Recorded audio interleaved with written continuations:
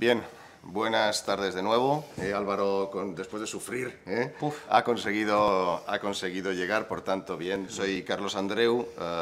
En esta escuela en el campus de Madrid yo dirijo los programas, los máster de negocios internacionales.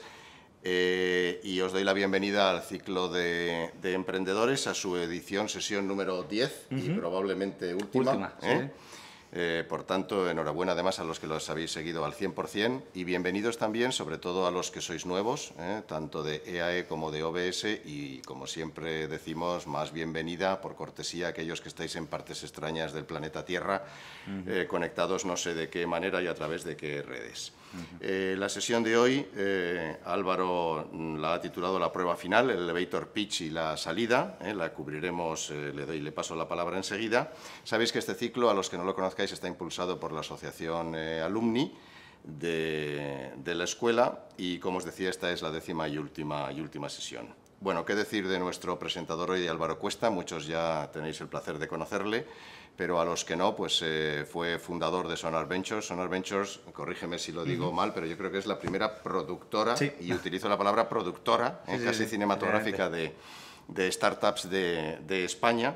Además es conferenciante, es consultor y en temas pues muy vinculados al mundo de los negocios y estrategias digitales y, por tanto, y también al emprendimiento. Ha sido presidente de la Asociación de Jóvenes Empresarios y también del Consejo Joven de CEIM. Y le pasaré la palabra en unos segundos. Solo deciros a nivel logístico, por favor, los que queráis decirnos cualquier cosa, os seguimos a través de Twitter en el almohadilla Emprende EAE.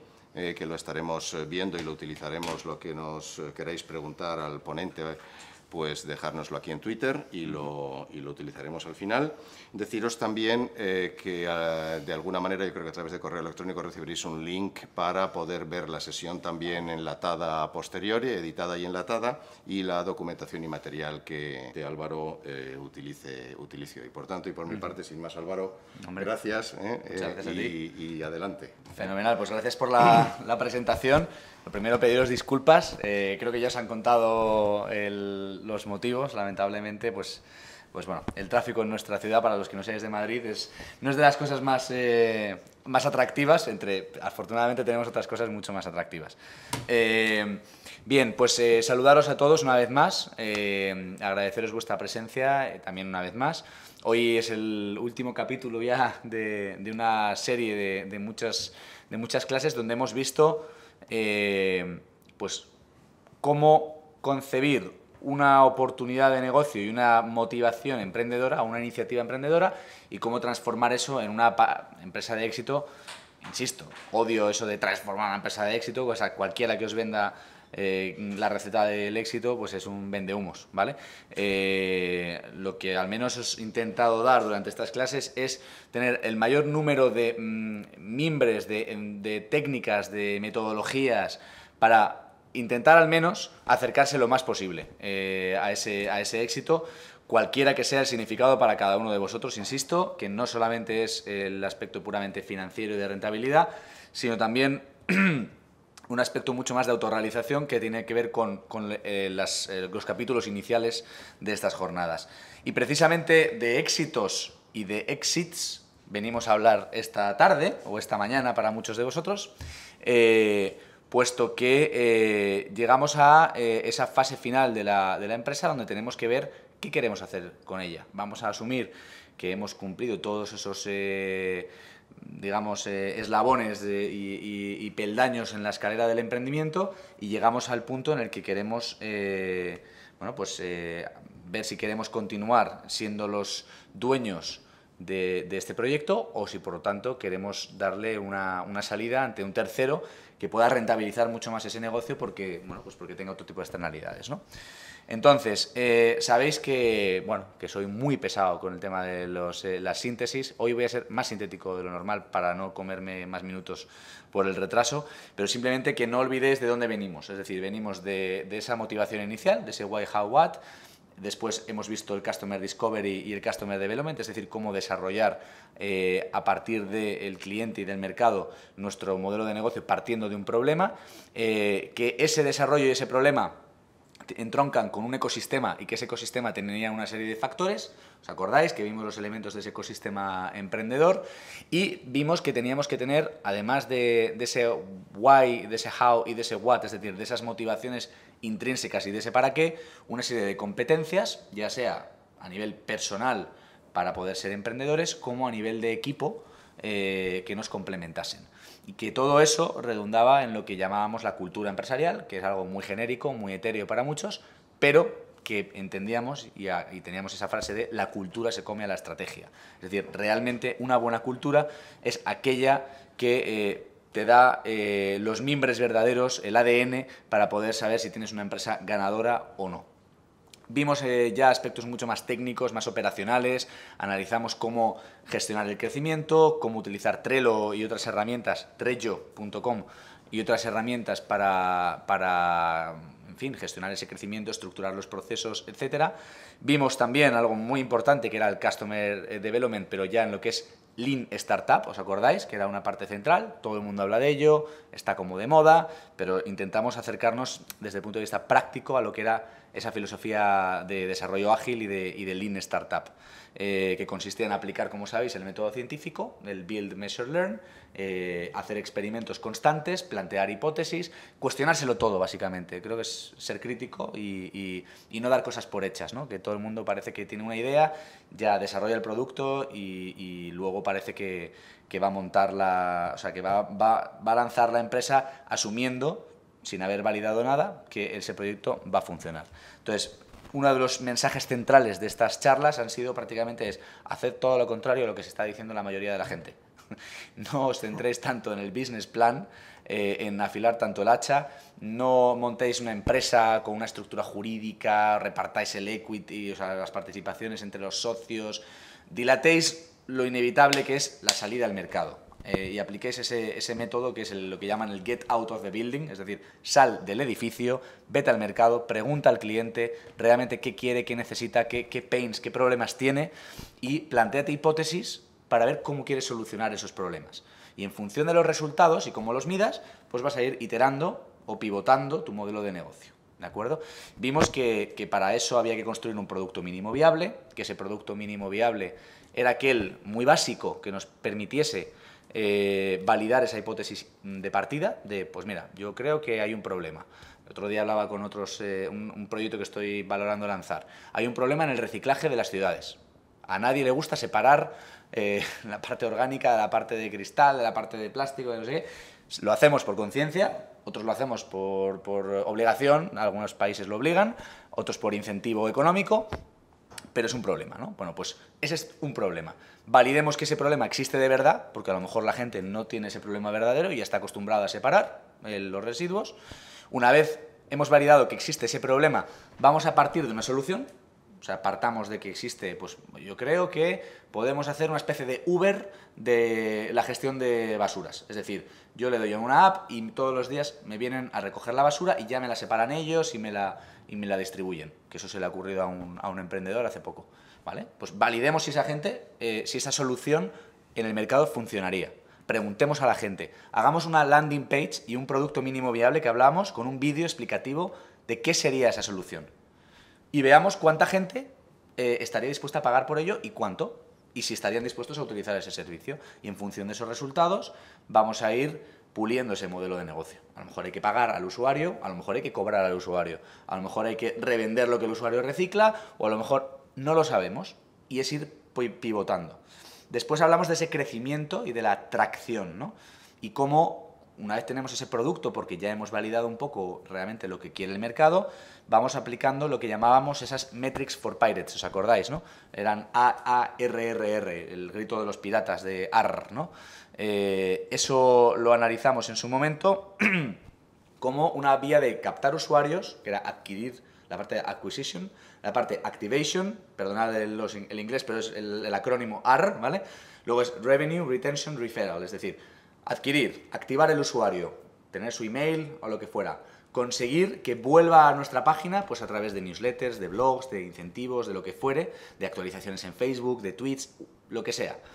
Y una vez retenido ese usuario, vamos a conseguir que compre. Vamos a hacer una llamada a la acción, un CTA, a través de ofertas, a través de lo que sea, incentivos para que compre nuestra página y, por supuesto, con una buena web y con un buen producto. Y después hagamos ese referral que hablábamos antes, que realmente es el verdadero motor del crecimiento de una empresa, la recomendación que hace nuestro cliente del servicio y cómo él nos va expandiendo y nos va ayudando a crecer, ¿no? Y cómo ese funnel se puede hacer a través de muchísimas técnicas que ya analizamos y gestionar ese crecimiento. Y por último vimos la parte financiera, esa parte financiera que analizábamos las distintas fases de inversión de una startup y cómo, o de financiación mejor dicho, y cómo desde la fase idea a la fase, digamos, crecimiento, teníamos pues desde lo que son el bootstrapping, es decir, empezar con tus propios medios y con 20 euros. Hemos visto recursos y webs y empresas que prácticamente con 100 euros podemos montar nuestro germen de empresa, ¿de acuerdo? Os adelanto algunos, hablábamos de Fiverr, fiverr.com, hablábamos de Instapage, instapage.com, es decir, hablábamos de un montón de ellos que os recomiendo y que además subiré a esos recursos que comentaba con todo lo que haga falta para que tengáis más referencias. Y que al final, desde ese bootstrapping, íbamos pidiendo pues, a lo que llamaban esas 3 Fs de los Friends, Family and Fools, que cada vez se estila menos, la verdad, porque cada vez ya la gente no le pide a los amigos ni a la familia, lo que pide es al Business Angel, que cada vez está más profesional, o va al crowdfunding, porque si no, la verdad, bastante hacen los familiares y amigos con aguantarnos mientras emprendemos, ¿vale? Yo ahí aconsejo no mezclar. Y desde esos Business Angels ya como el Capital Semilla y las distintas instituciones y otras herramientas para financiarnos nos iban a ayudar a gestionar lo que era la sangre de nuestra empresa y uno de los factores de fracaso o de éxito de ese emprendimiento, que era la tesorería. Y cómo no solamente había que gestionar el día a día, sino anticipar el crecimiento a futuro. Entonces, con todo esto, han sido 6 minutos creo, con todo esto hemos resumido 9 clases de emprendimiento y ahora hablamos de llegar a la parte final, que es 1. ¿Cómo convencemos a los inversores de que nuestro proyecto vale la pena? Y 2, ¿cómo conseguimos hacer ese exit, esa salida? O cuáles son, digamos, la última ratio, la última motivación de una empresa, ¿de acuerdo? Que puede ser, ahora lo veremos, tanto la venta, como puede ser un crecimiento sostenido y ser un empresario de toda la vida, para toda la vida y que sea tu proyecto de vida, ¿de acuerdo? Os digo también que me gustaría que en esta sesión dejásemos 10 minutos más para aquellas preguntas de cualquier tipo, no necesariamente ligadas a esta sesión, sino a cualquier aspecto relacionado con el emprendimiento y las startups, que lo planteéis por Twitter, en el hashtag EmprendeEAE. Y no sé si lo puedes mirar tú o lo puede mirar... Sí, lo seguimos aquí, ¿eh? Sí, lo tengo aquí. Fenomenal. Y que cualquier pregunta en cualquier momento, por favor, lo aprovechemos y lo hagamos así de interesante, ¿vale? Entonces, ¿qué vamos a ver? El elevator pitch, la estructura del elevator pitch y las estrategias de salida. Bien, ¿qué es el elevator pitch? Si estuviéramos en un aula, aquí estaría preguntando, que levante la mano, ¿quién sabe lo que es un elevator pitch? Bueno, pues contestad vosotros mismos, pero intentad analizar. Elevator, ascensor, pitch, que es una especie de discurso o acercamiento, ¿no? Viene el nombre de lo que un emprendedor le diría a Bill Gates. Hay varias teorías, ¿no? Pero, la mayor parte de gente piensa que viene de ahí. ¿Qué es lo que tú le dirías a Bill Gates si te lo encontrases en un ascensor, tuvieses solamente el recorrido de ese ascensor para plantearle tu proyecto, o más que nada para captar su atención y de ahí cerrar una reunión? Obviamente no va a salir con el cheque firmado en la planta 20, ¿vale? Entonces, ahí, en ese elevator pitch, esa es la técnica o el formato que se utiliza hoy día para plantear a los potenciales inversores esa esencia del proyecto de negocio y cerrar ya una reunión y conseguir esa ansiada inversión que da vida a nuestra startup. Aquí veis, es una corta y simple descripción de tu idea de negocio que cualquiera podría entender en el tiempo que un ascensor sube 3 pisos. Esa es la definición ortodoxa, ¿vale? Ayuda a sintetizar muchísimo y ayuda a extraer lo más importante de tu modelo de negocio, ¿vale? Ahora bien, el elevator pitch, entre comillas, está sobrevalorado. Y me explico por qué. Un elevator pitch, en la mayor parte de los casos, antes se usaba para hacer pitches de 3 minutos en eventos. eso ya no funciona. La gente ya tiene más tiempo y normalmente ya tienen entre 7 y 10 minutos para, en un evento de inversores, cada uno en vuestra ciudad tendréis varios eventos, mirad en Google, eventos inversores, eventos inversión, startups, eventos financiación. Demo Days se llaman también, para los que queráis verlo.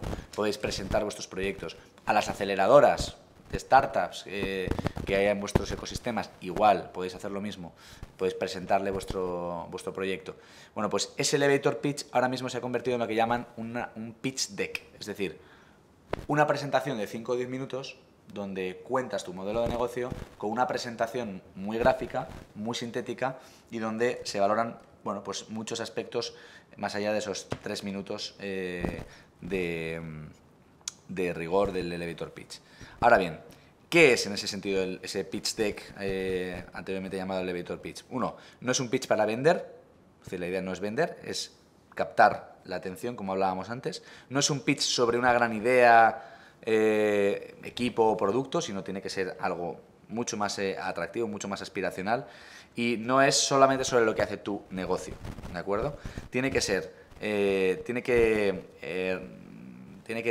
constar de varios elementos, entre ellos vemos aquí que es, por ejemplo, mostrar que tu proyecto resuelve un problema o necesidad real. Por eso todas las presentaciones empiezan por el problema y después te hablan de la solución, ¿de acuerdo? Pero si no, es muy difícil encontrar ahí una oportunidad de negocio si no conecta, ¿no? Tiene que tener una introducción potente y tiene que mostrar un componente también emocional. ¿Por qué? Por una razón muy sencilla.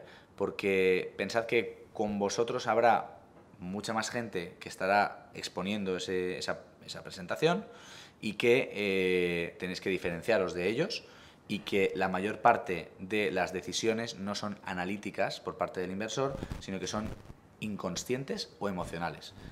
Os dirán que no, algunos de ellos, os dirán que los Excel hablan por sí solos, pero no es así. No son más que confirmatorios de una decisión que inconscientemente ya han tomado, ¿de acuerdo? Otra cosa es que obviamente tiene que tener unos checks tanto de talento como de viabilidad de proyecto, de oportunidad de negocio, de mercado, etcétera, ¿de acuerdo? Por tanto, tenéis que captar esa atención de la audiencia conectando emocionalmente con ella y por tanto, bueno, tenéis que trasladar pasión, no os paséis, esto no, los inversores no solamente les emociona la pasión, han visto muchos emprendedores apasionados, pero sí al menos que te crees realmente tu proyecto y que realmente ese va a ser el combustible del que van a tirar cuando las cosas vayan mal. Y eso es lo que busca un inversor. El inversor sabe que las oportunidades de negocio de forma aséptica y fría están muy bien, que el Excel lo aguanta todo, ¿de acuerdo? Pero que cualquier inversor sabe que hay momentos durísimos durante la vida de un emprendedor, durísimos, y van a identificar consciente o inconscientemente en ese emprendedor su habilidad para poder hacer frente a esos momentos tan duros del proyecto, y eso lo van a comprobar, entre otras cosas, pues viendo el grado de compromiso que tienen con el proyecto, con su idea y cómo les afecta incluso a ellos en lo personal, ¿de acuerdo? Tiene que ser breve, obviamente, eso ya lo hemos dicho, y no conviene centrarse demasiado en el problema, sino que conviene partir de ese problema, pero centrarse más en la solución porque es tu valor diferencial, ¿de acuerdo? Ahora bien, esto exige una estructura de presentación, cada uno puede poner la suya, pero lo que comúnmente, en Estados Unidos sobre todo, se acepta para hacer esa presentación que os comentaba, cómo presentar nuestro proyecto ante inversores, tiene unos parámetros muy comunes. A veces confluyentes con un business plan, pero no necesariamente porque tenemos muy poco tiempo, ¿no? Lo primero es esa introducción. La introducción, a mí me gusta contar siempre, yo no sé, tú ahora has visto también muchísimas presentaciones y además en los proyectos. Sí, con muchos formatos distintos en rondas de inversión y tal, pero es verdad que tienen estructuras comunes, lo que tú has dicho. Hay un esqueleto común de básicos que sí es bueno que los compartamos, sí. Claro, sí, porque de alguna manera es una checklist que está esperando quien lo escucha, da igual en qué orden, pero al final le tienes que dar un orden y una estructura, pero a mí me gusta me gusta, digamos, envolver el elevator pitch o la presentación. ¿Qué quiere decir esto? Que a mí lo que me ha funcionado más veces y lo que más me ha gustado cuando he visto proyectos ha sido una estructura circular. Es decir, lo primero es capturar la atención. Hay muchas vías para capturar la atención y lo más importante, y esto es consejo, con esto se resumiría gran parte de esta charla respecto a la presentación, sed vosotros mismos. O sea, cuando una persona no es ella misma, se nota, queda artificial y queda mal. ¿Qué quiero decir con esto? Hay gente que le gusta empezar con el humor, ¿de acuerdo? El humor es muy arriesgado en una presentación, muy arriesgado. Primero porque puedes hacer un chiste muy malo, segundo porque puedes hacer un chiste de mal gusto o que ofenda a alguien, y tercero porque puedes hacer un chiste sin ser una persona graciosa, y no hay cosa peor que alguien no gracioso contando o intentando serlo, ¿vale? Pero sin duda es una de las técnicas de captura de la atención. En este caso, si decidís ir por ese camino, mi recomendación sería que el humor siempre lo hagáis de vosotros mismos.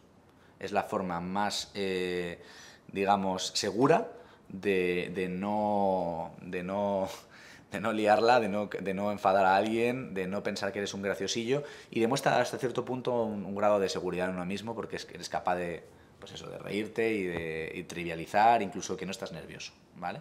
Entonces, lo primero, eso, puedes hacer eso. Otra forma de captar esa atención de la audiencia, preguntas retóricas. Es decir, pregunta a la audiencia para conectar con ellos, ¿de acuerdo? Es decir, preguntar, ¿alguna vez alguno de vosotros ha terminado de cenar, ha ido a tirar la basura y tenía tantas cosas en la bandeja que se ha liado un minuto para separar una cosa y otra y no sabía muchas veces si tirarlo a un contenedor, a un cubo o a otro?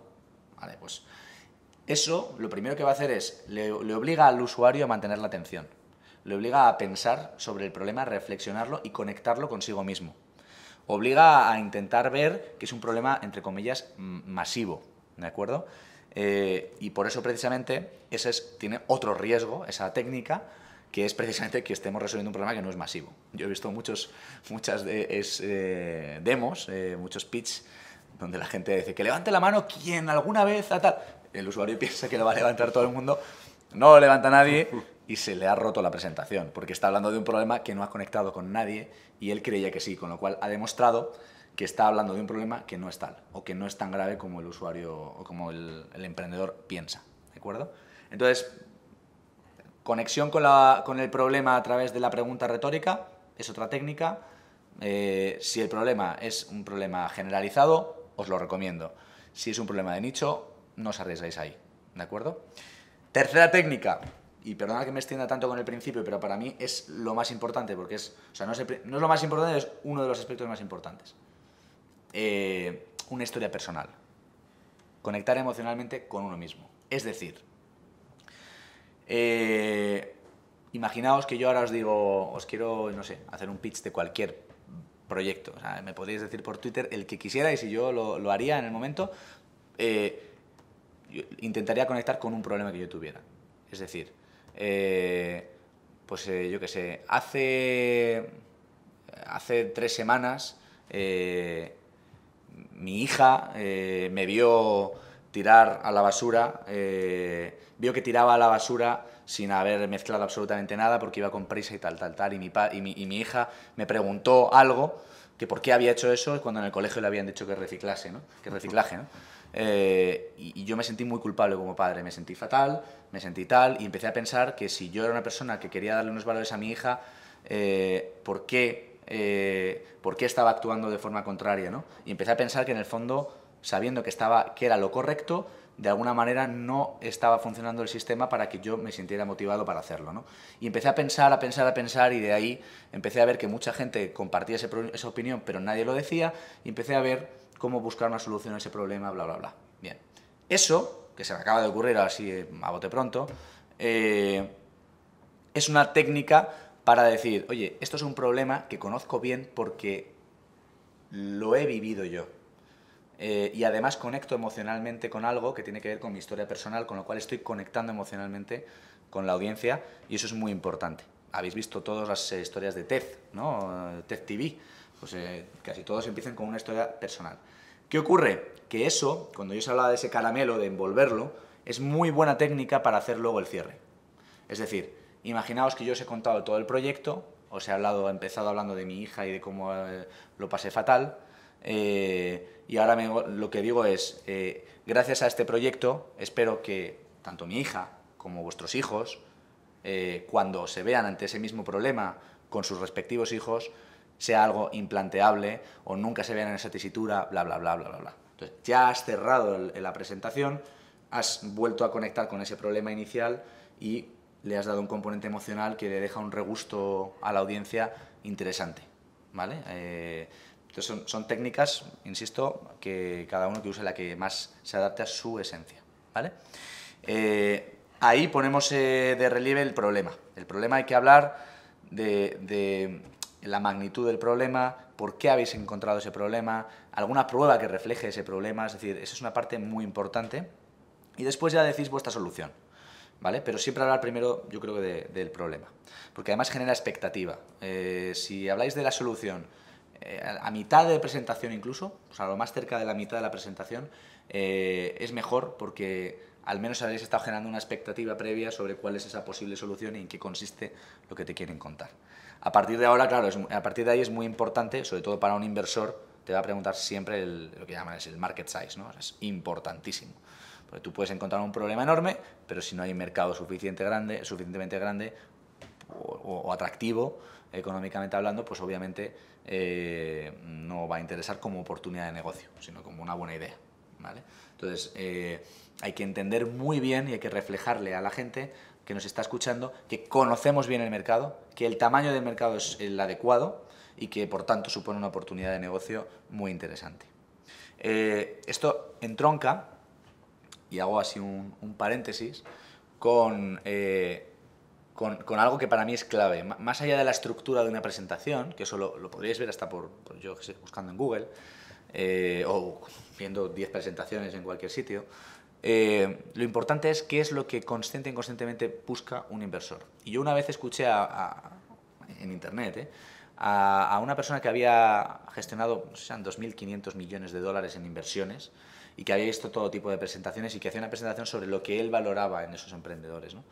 Y lo que decía es que valoraba una serie de cosas. La primera era que conocían realmente el mercado y el problema del que estaban hablando, ¿vale? Lo segundo que miraba, por supuesto, era la oportunidad de negocio en sí, ¿de acuerdo? Pero, más importante que eso, buscaba pruebas de lo que llamaban integridad desde el punto de vista ético. Es decir, confiabilidad. Que la persona que te está explicando algo te genere confianza. Porque eso, si no generas esa confianza, todo lo que cuentes no va a servir. Esa integridad, lo decía, se demuestra de muchas maneras, por cómo vas vestido, por tus gestos, por muchos motivos. Por si miras a la audiencia a los ojos y estableces contacto audiovisual y generas confianza, o sea, contacto visual, en mi caso con vosotros contacto audiovisual. Otro de los aspectos que miraba y consideraba clave era lo que llamaba reliability, es decir, fiabilidad, ¿de acuerdo? Es decir, alguien que transmita rigor, no solamente integridad moral, sino también que lo que dice lo hace. Y eso es uno de los aspectos que además miran más los inversores privados. Y otro tema muy importante, y además eso me pasó con un emprendedor hace más de una semana, lo que llamaba el coachability. Esto es muy importante. La relación emprendedor-inversor puede ser para toda la vida, o para mucho tiempo, hasta el éxito. Y ellos van a querer a veces interferir, a veces con buena intención, a veces con sus propios intereses, depende del perfil, pero van a querer aportar algo en muchos casos al proyecto. Hay otros que no, que solamente quieren estar ahí y ya está, ¿no? Y esa coachability es muy común ver en los emprendedores que se creen tan conocedores de su idea, están tan metidos en su idea, yo los llamo emprendedores Gollum, de mi tesoro y de estar imbuidos en su proyecto, ¿no? Están tan metidos que cualquier consejo, sugerencia o cuestionamiento de su modelo lo ven como una amenaza. Y no están abiertos impermeables. Supongo que te veo que estás, que has conocido No, es que alguno, ¿verdad? Bueno, es que sonrío por el concepto de emprendedor Gollum, que lo refleja perfectamente, que es que Sí. además no se deja ayudar y Claro. tú vas con intención, como los inversores, exclusivamente de aportar e intentar ayudar, pero es que es impermeable, es una roca, aquello Sí. cerrado. Pues es muy común, ¿verdad? Que hay muchos emprendedores que son así y el emprendedor huye de ellos, ¿no? A mí me venía el otro día un emprendedor con una idea que además es que me encantaba la idea para ver si la montábamos juntos como productora, ¿no? Y ahí yo voy al 50% con ellos, entonces yo pongo pasta, pongo medios, él pone su tiempo, de ahí ya empezamos a crear equipo y tal, ¿no? Y le decía, digo, mira, tío, digo, además se lo dije así de claro, digo, mira, tu idea me encanta, me parece muy buena, no te preocupes que no la voy a hacer, ¿vale? No la voy a lanzar por respeto, porque no es mía, ¿vale? Pero es que no eres coachable. Bueno, pues hasta eso me lo argumentó y entonces dije, bueno, pues la mejor prueba de que no eres coachable es que me lo estás argumentando. O sea, a todo me estás... O sea, tu respuesta inmediata es un sí pero, siempre es un matiz, nunca es estoy de acuerdo, nunca... O sea, no. Incluso estando de acuerdo te van a matizar. Entonces, ese tipo de gente genera mucha fricción en el día a día y hay que huir. Entonces, es muy común en la tanda de preguntas con los emprendedores que demostréis que sois coachables. Es decir, no contestéis de forma tajante o de resabidillos ante las preguntas o los cuestionamientos, sino demostrar que estáis súper abiertos, incluso con humildad, que era otro de los elementos que buscaba este hombre, con humildad, responder diciendo, pues mira, la verdad es que no lo hemos contemplado, o sí que lo hemos contemplado, pero es muy buen apunte y lo integramos y tienes toda la razón y tal. En fin, hay muchas maneras de salir, ¿de acuerdo? Entonces, hago ese excurso, ¿no? Después de hablar del mercado, hay que hablar, obviamente, dentro de ese mercado, que conocéis bien a los competidores, pero sobre todo, ¿qué es lo que está pensando el que os escucha siempre? ¿Qué es lo que os diferencia? Y mejor dicho, también, si alguien nos copia, ¿cómo lograríais ser diferentes a esa empresa que os copia? ¿No? Lo que llaman unfair advantage o salsa secreta, lo llaman algunos de ellos, ¿vale? ¿Cuál es vuestra salsa secreta? Y realmente interiorizar bien eso, ¿no? ¿Cuál es el modelo de negocio? Ahí hay que ser muy sintéticos. He visto muchos emprendedores enredarse una barbaridad en explicar de dónde sale el dinero, quieren meter tantas fuentes de ingresos que al final lían al inversor. Entonces, hay un principio básico yo creo que en la vida, que es el principio KISS, que es el Keep It Simple Stupid, ¿no? Bueno, pues el principio KISS, mantenedlo siempre.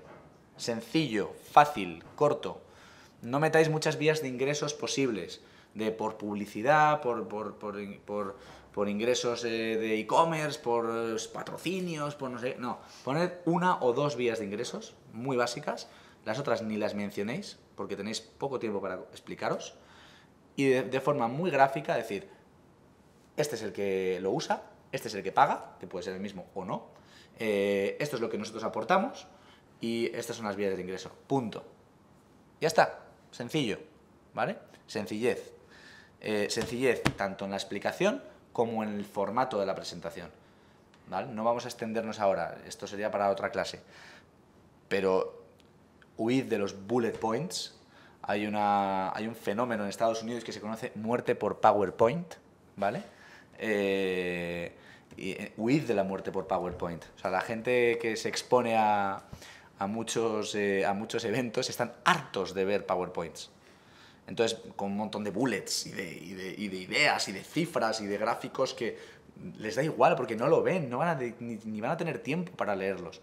O sea, eso luego en una reunión se los cuentas o se lo mandas por email en un PDF y lo van a leer y van a estar felices. Pero una presentación, una imagen que ocupe casi toda la pantalla y que simplemente refuerce el mensaje, que centre la atención en vosotros,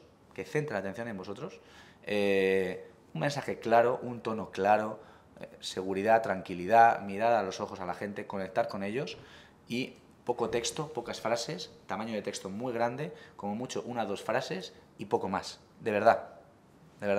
Keep it simple, ¿vale? Muy importante, obviamente, otro de los temas que ve un inversor es el equipo, ¿no? Es decir, aquí hay una buena oportunidad, ¿estos son los adecuados o no? Hablábamos en la anterior charla de una metáfora que a mí me gusta mucho, que es esa parte de elegir bien cuál es la carrera, cuál es el caballo y cuál es el jinete. Y lo primero que hace el inversor es ver cuál es la carrera por la que apuesta, en la que quiere apostar. Es decir, estoy en los wearables, o estoy en los marketplaces, o en el e-commerce, o estoy en el mundo del emprendimiento social o del fintech. Cada uno elige su carrera o su tal. Después dice, vale, el caballo es el proyecto. Es decir, este es un buen proyecto, está bien armado, es creíble, tiene una oportunidad de mercado, tal, tal. Bien, pues apuestan en parte por el caballo. Pero estaréis todos conmigo que realmente lo que diferencia un ganador de uno que no lo es el jinete, ¿no? Entonces van a apostar por quién es el jinete. Y el jinete es tanto vosotros mientras exponéis como el equipo que tenéis a vuestro alrededor para llevar a cabo esa misión. Con lo cual, haced mucho hincapié. No pongáis currículums, másters, nada. Eso a la gente le da igual. Obviamente, si tenéis alguna, pues que sea un Harvard, un McKinsey o cosas de estas que pueden lucir, pues bueno, pues, podéis ponerlas en valor. Pero sobre todo, hablad de los perfiles. Poned caras, acercarlos a la gente, a ser posible, traerlos a la presentación. Eso humaniza, porque la gente está acostumbrada a poner fotos de amigos y de advisors que les ponen en el equipo para rellenar, para darle más empaque al proyecto, ¿no? Y luego ves que son gente que tiene su trabajo, que son becarios o tal, ¿no? Entonces es bueno que estén ahí y que contesten preguntas con vosotros. No llenéis, yo mismo he cometido ese error, no llenéis las presentaciones con demasiada gente en el equipo. No pongáis a todo el mundo, poned a las partes clave, porque si no, es muy difícil que se crean que esa cantidad de equipo está costando lo que vosotros decís que cuesta. Normalmente el emprendedor que empieza tiene que convencer a mucha gente que le haga cosas gratis. Gratis o por poco dinero o por una apuesta o por no sé qué. Si a eso los pones en el equipo y estás diciendo que te estás gastando $5.000 o 5.000 euros al mes en salarios y tienes 8 personas, pues bueno, a mí no me salen las cuentas. Con lo cual el inversor va a pensar que estás dimensionando mal lo que necesitas, ¿de acuerdo? Y que no conoces bien tu empresa.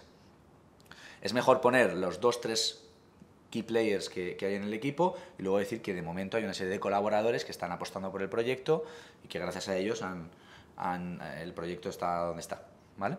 Ese sería otro aspecto. Luego, métricas, proyecciones y roadmap. No llenéis la slide de proyecciones, de gráficas, tal, nada. Lo que quiere ver es el inversor. 4 cosas muy básicas. Si puedes tener la TIR o las tasas de retorno en función de qué proyecto es interesante. Si puedes ver cuándo es el break-even, cuándo más o menos vas a empezar a recuperar dinero o dejar de perder dinero, ponedlo. Es decir, break-even a partir del segundo año, pues ponedlo. Cuál es básicamente la estructura de ingresos y gastos y ya está.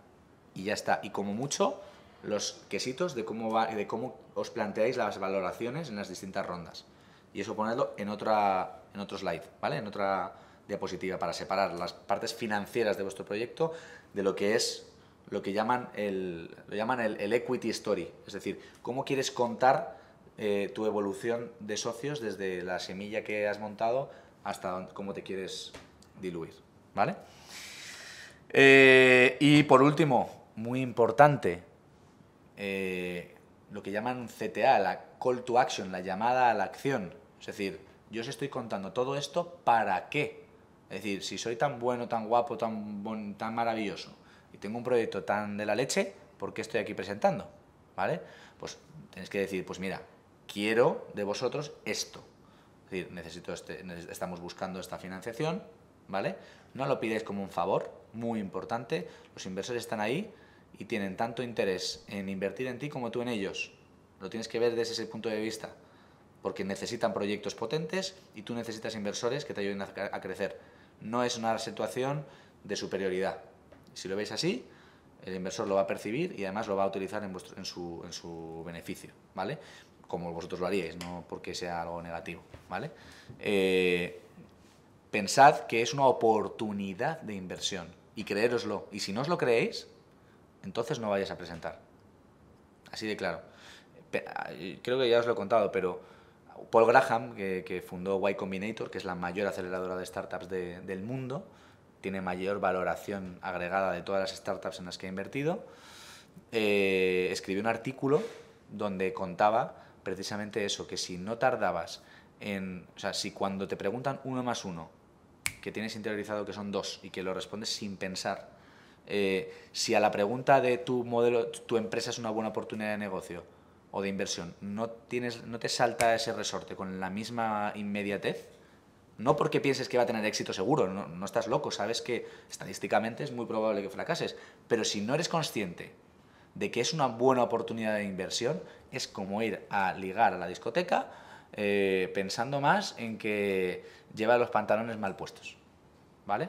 Lo van a percibir los demás y eso se va a trasladar y al final hace que, pues en fin, que no proyectes tu esencia ni la seguridad que necesitas para que alguien confíe en ti, porque lo que necesita el inversor también es que tú tengas claro que confías en ti mismo, si no nadie va a confiar en ti. Eso puede parecer una piedad, pero es que es la esencia de un elevator pitch. O sea, es proyectar que todo esto que os estoy contando al final es para decirle al inversor: tú tranquilo, que yo con tu dinero puedes estar razonablemente tranquilo dentro del riesgo que ambos hemos estimado correctamente. Y yo le voy a poner toda la pasión, toda la pericia y los skills y la tal, pero con seguridad y sin arrogancia, ¿vale? Sé que son muchos consejos, son muchas cosas, pues poco tiempo y son... Pero bueno, oye, esto está en diferido, así que... Se puede revisar después. Exacto. Para adelante, para atrás, para adelante, para atrás. Yo os aconsejo, perdona, es que son muchas, de verdad. O sea, hacer una presentación bien... Luego cada uno tiene su técnica, ¿no? Yo solamente he preparado una presentación en mi vida. Yo soy más de improvisar por mi estilo de comunicación, pero mi experiencia, además es que lo dice también, en este caso Dave McClure, de 500 Startups, práctica, práctica, práctica, repetición, repetición, repetición.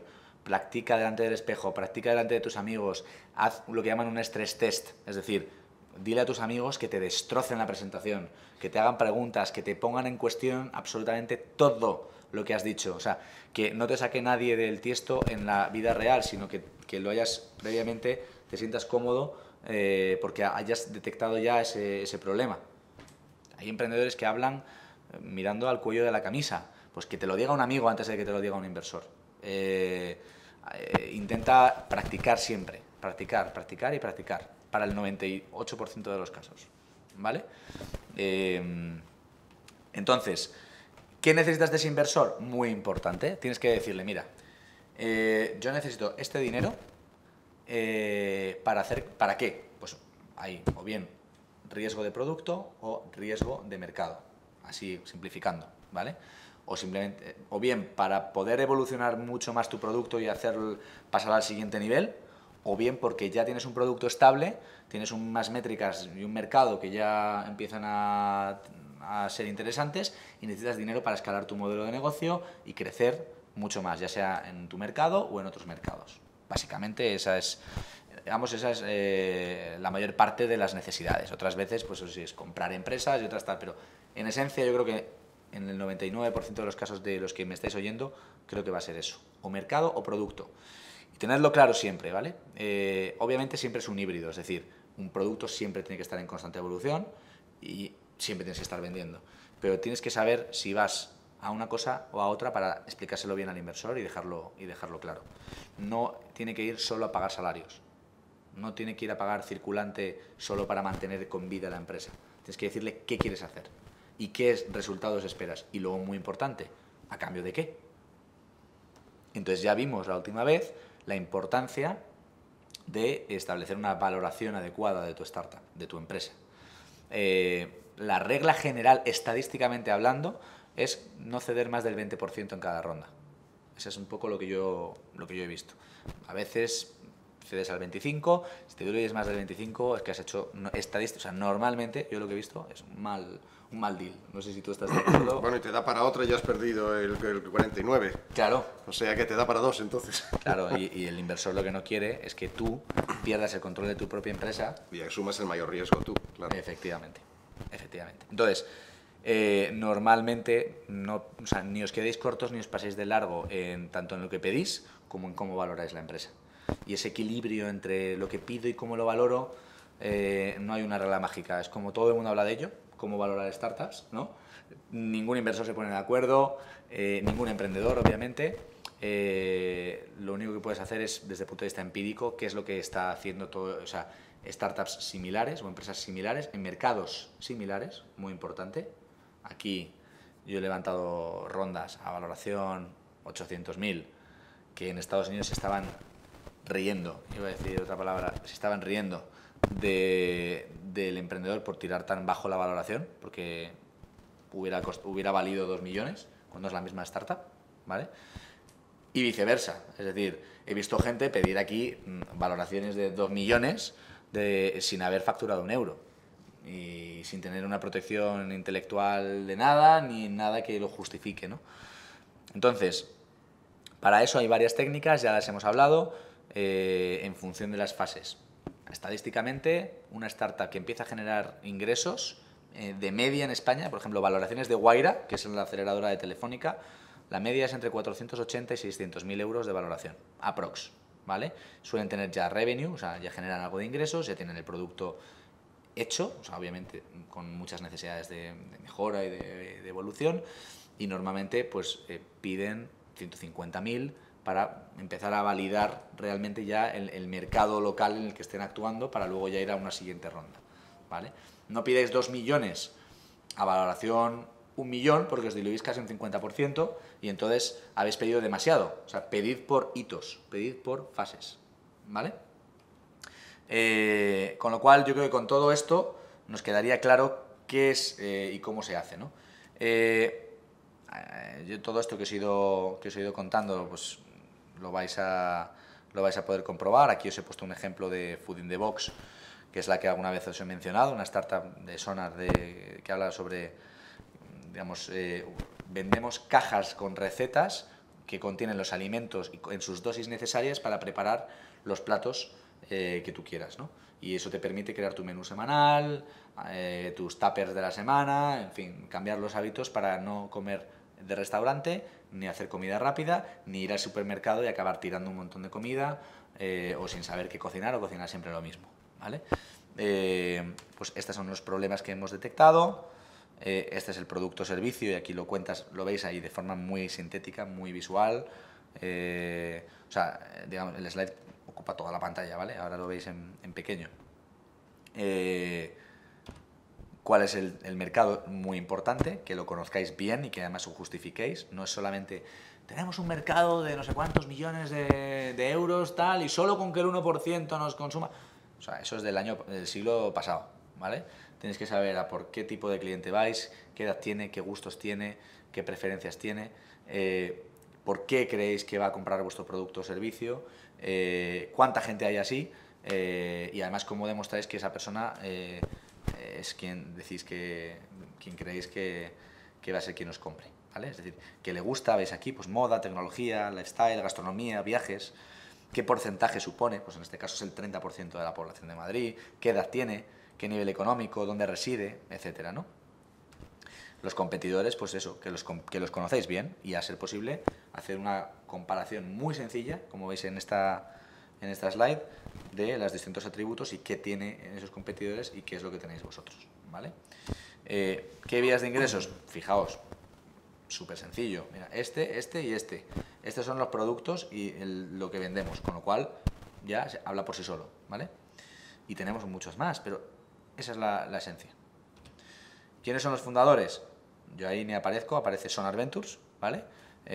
¿Por qué? Porque eso distorsionaría la imagen de quiénes son los verdaderos emprendedores en esa presentación, y el equipo, pues 4 personas, en realidad hay 8, ¿vale? Pero 4 que son los que llevan el día a día en las áreas clave para que demostréis que tenéis todo cubierto, ¿vale? Y luego algún advisor. No llenéis de advisors la presentación, ¿vale? Todo el mundo tiene amigos a los que preguntar si pueden meterles en la presentación porque tienen un cargo importante. Eso no es un advisor, ¿vale?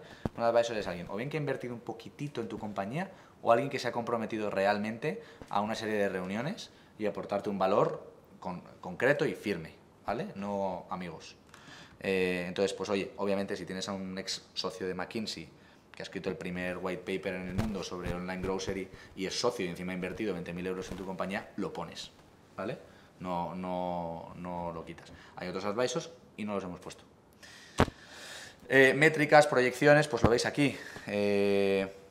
Ingresos, gastos y algunas métricas muy básicas.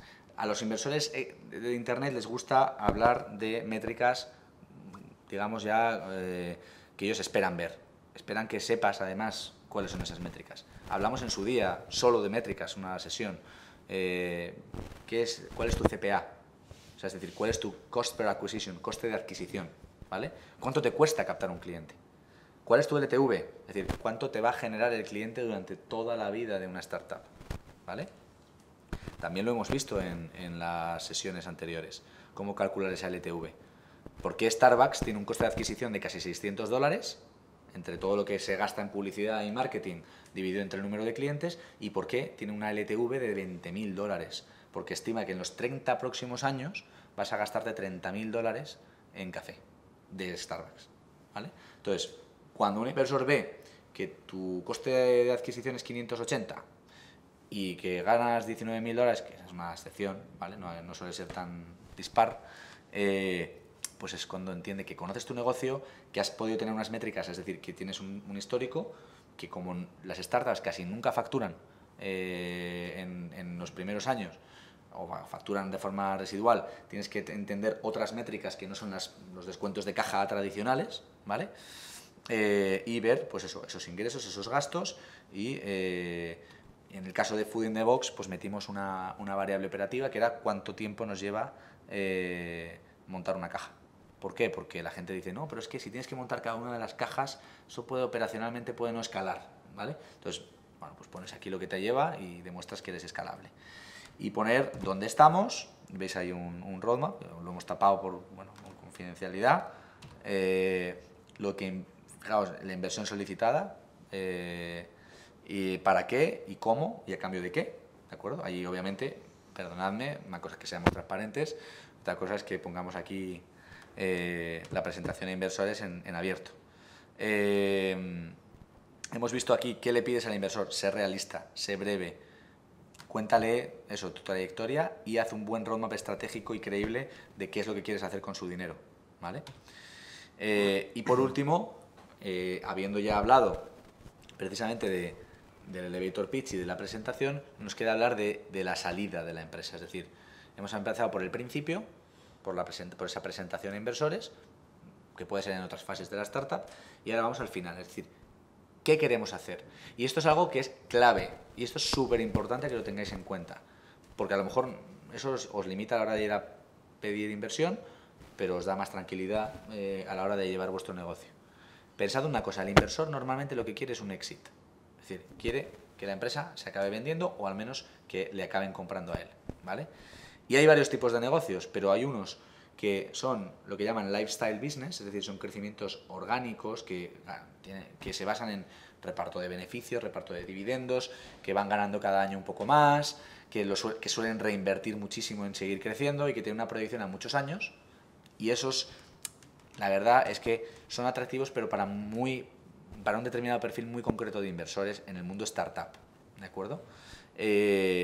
La mayor parte de los inversores lo que quieren es el exit, ¿vale? Esto está cambiando, pero buscan el exit. Buscan que en 5 o 10 años, cada vez está más hacia los 10 que a los de los 5, esa empresa se acabe vendiendo a un extranjero que quiere entrar en tu mercado o a una multinacional que te necesita para que no molestes, o lo que sea.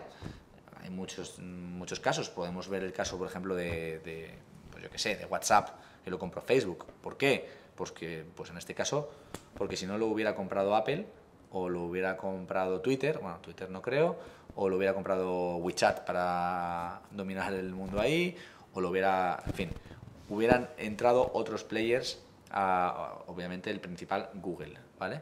Que ya había hecho ofertas también. Entonces, por un lado tenían esa compra, ¿de acuerdo? Y WhatsApp fue enfocado a eso, ¿de acuerdo? A la venta. Si no, hubieran estado durante muchos más años monetizando su propio negocio. Pero ellos dijeron, no, yo voy enfocado al éxito. Y eso te condiciona también el hecho de no tener tanta prisa en facturar, porque ellos casi no cobraban 69 céntimos por descarga. Su preocupación era tener usuarios, porque era lo que les daba valoración de compañía para una venta posterior. Y eso es un enfoque concreto y el inversor tiene que saberlo. Ahora, si tú le dices al inversor que vas a estar cobrando por descarga de WhatsApp y que tu modelo consiste en usuarios que pagan por usar WhatsApp, pues entonces a lo mejor no tienes un exit tan cercano, sino que vas a un modelo más orgánico, más de dividendos y más tal. ¿Vale? Son opciones vitales y en función también del modelo de negocio y tal. Pero el caso de WhatsApp, por ejemplo, pues tenía una LTV, creo recordar por usuario, como de, no sé si sean como de 5 dólares en su momento. ¿Por qué 5 dólares?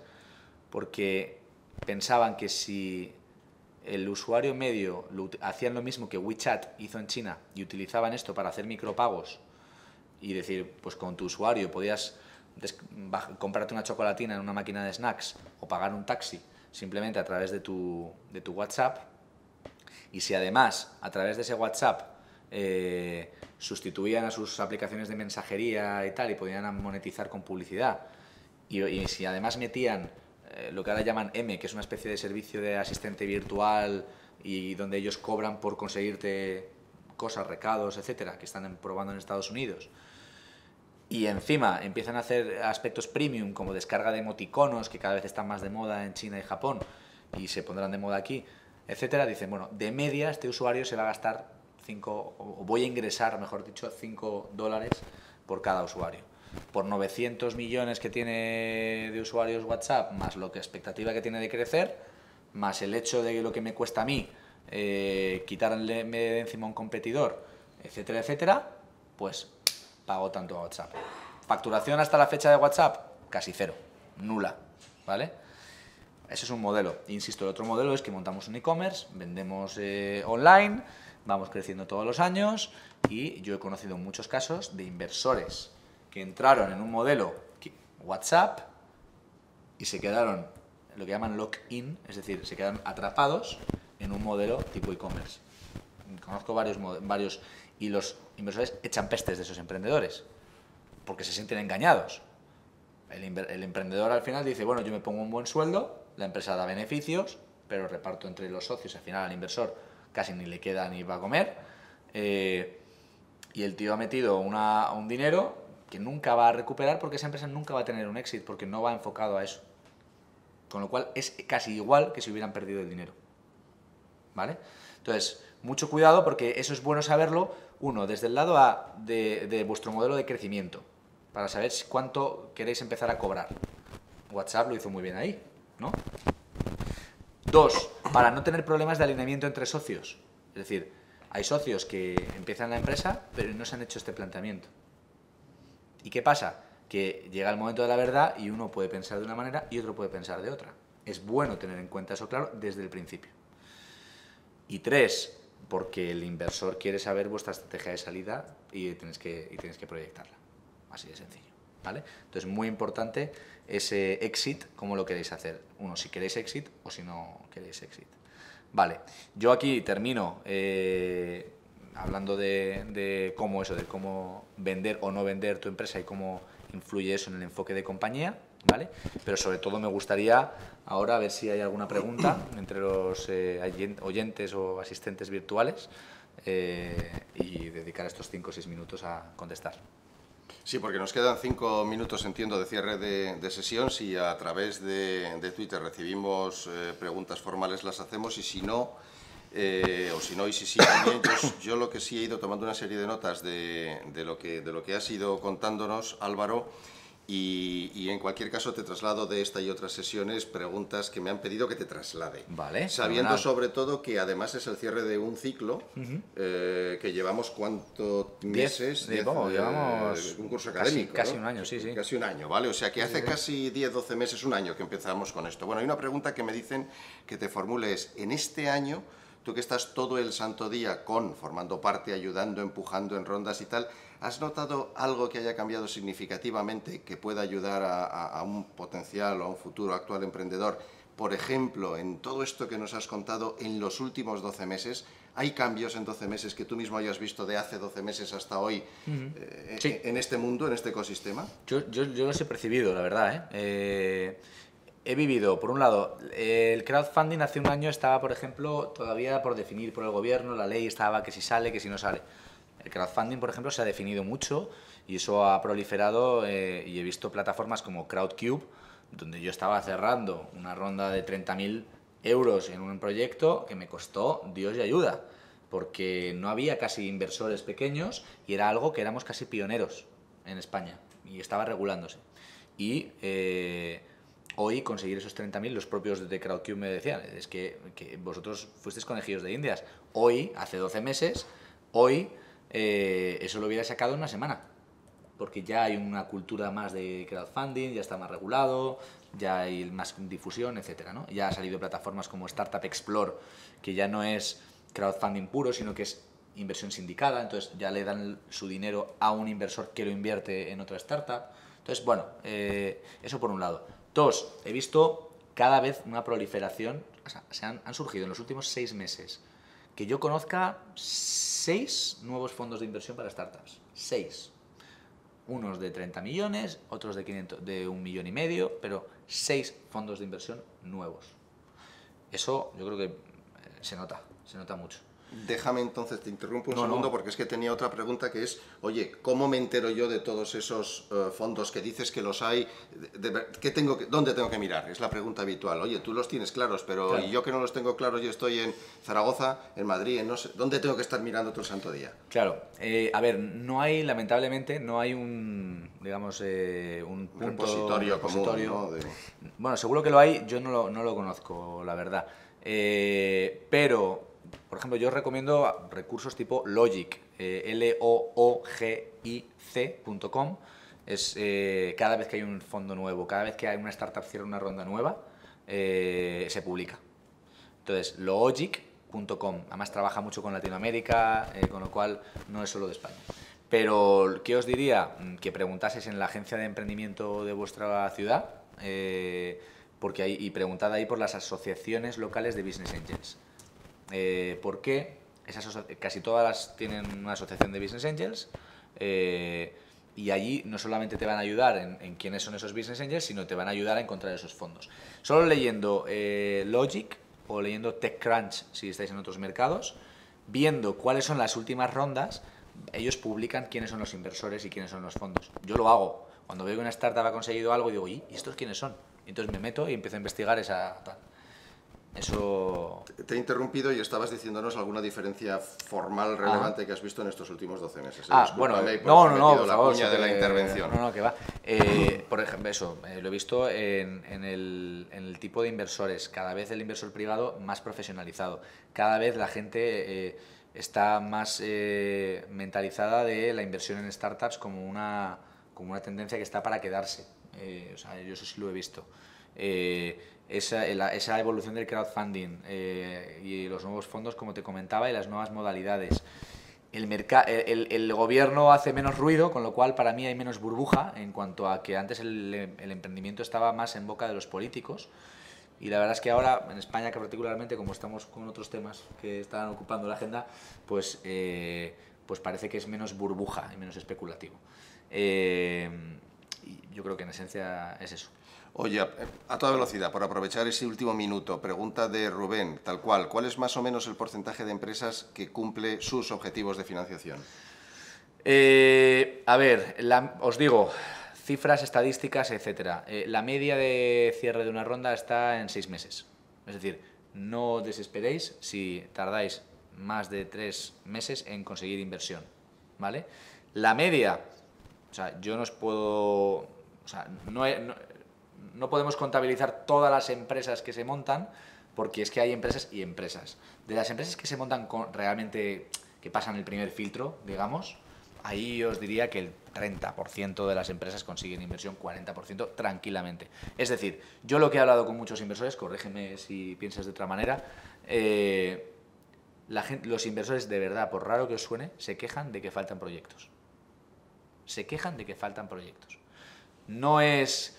que hay, como os decía antes, de una discoteca donde hay 2 chicos y 30 chicas o 30 chicas, o 30 chicos y 2 chicas, donde no hay equilibrio en el ecosistema, no hay simetría.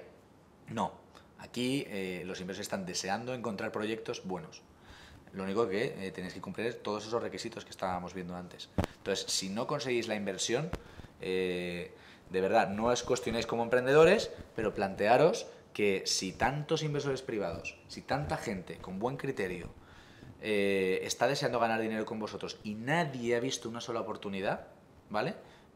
Plantearos que a lo mejor el proyecto, en fin, no digo que no lo lancéis, digo que no es susceptible de inversión profesional, que es muy diferente. Haced bootstrapping. Yo con Sonar Ventures, cuando yo lancé, no quería invertir más que gente muy cercana, porque era como, dame dinero para montar las startups que tú no sabes que yo voy a montar, pero tienes que confiar en que yo las voy a montar y van a tener éxito. Y además no tengo referencias en España porque nadie lo ha hecho. Y no tengo un exit previo que digas, bueno, pero al menos ha vendido esto por 80 millones.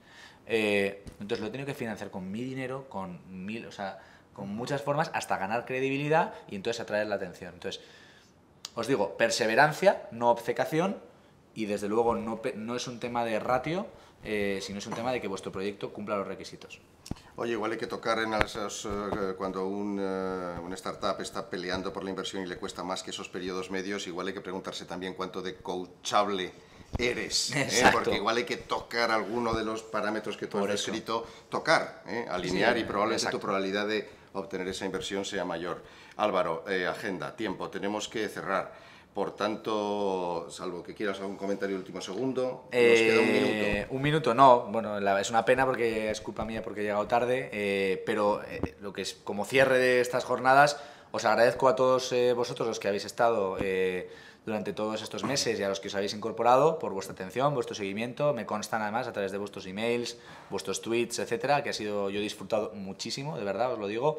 Me he dado muchas clases, conferencias y es curioso, sin teneros delante, he percibido esa comunicación y esa cercanía, con lo cual, gracias. Segundo, que estoy a vuestra disposición, alvaro@sonarventures.com, a vuestra disposición para lo que queráis. Mi Twitter, emprender cuesta. Lo que creáis que puedo hacer, tardo en contestar, lo que no está en mi día a día urgente, eso lo adelanto, pero contesto, ¿vale? Por supuesto, gracias a los que estáis ahí detrás de la cámara en el equipo técnico, que habéis hecho un trabajo fantástico y que habéis dado cobertura. También, obviamente, a ti y al resto de equipo y profesores de la EAE y de la OBS por hacer esto posible. Al community manager que está ahí también detrás y que ha hecho un trabajo en todo eso de verdad excepcional. O sea, yo he visto muchos community managers y este es de calidad. No sé, de hecho, ni le conozco. No sé quién es, pero saludos. Y nada, que espero veros en futuras jornadas y espero haberos al menos dado muchas pinceladas. Sé que son muchas cosas, pero al menos que cada uno coja la que más le haya aportado. Yo solo por eso me habrán merecido la pena todas estas horas y estos retrasos con el tráfico y tantas cosas. Hasta la próxima. Pues Álvaro, muchísimas gracias, muchas gracias a la audiencia, donde quiera que estéis. Como sabéis, vais a recibir por email los links de sesión y documentación.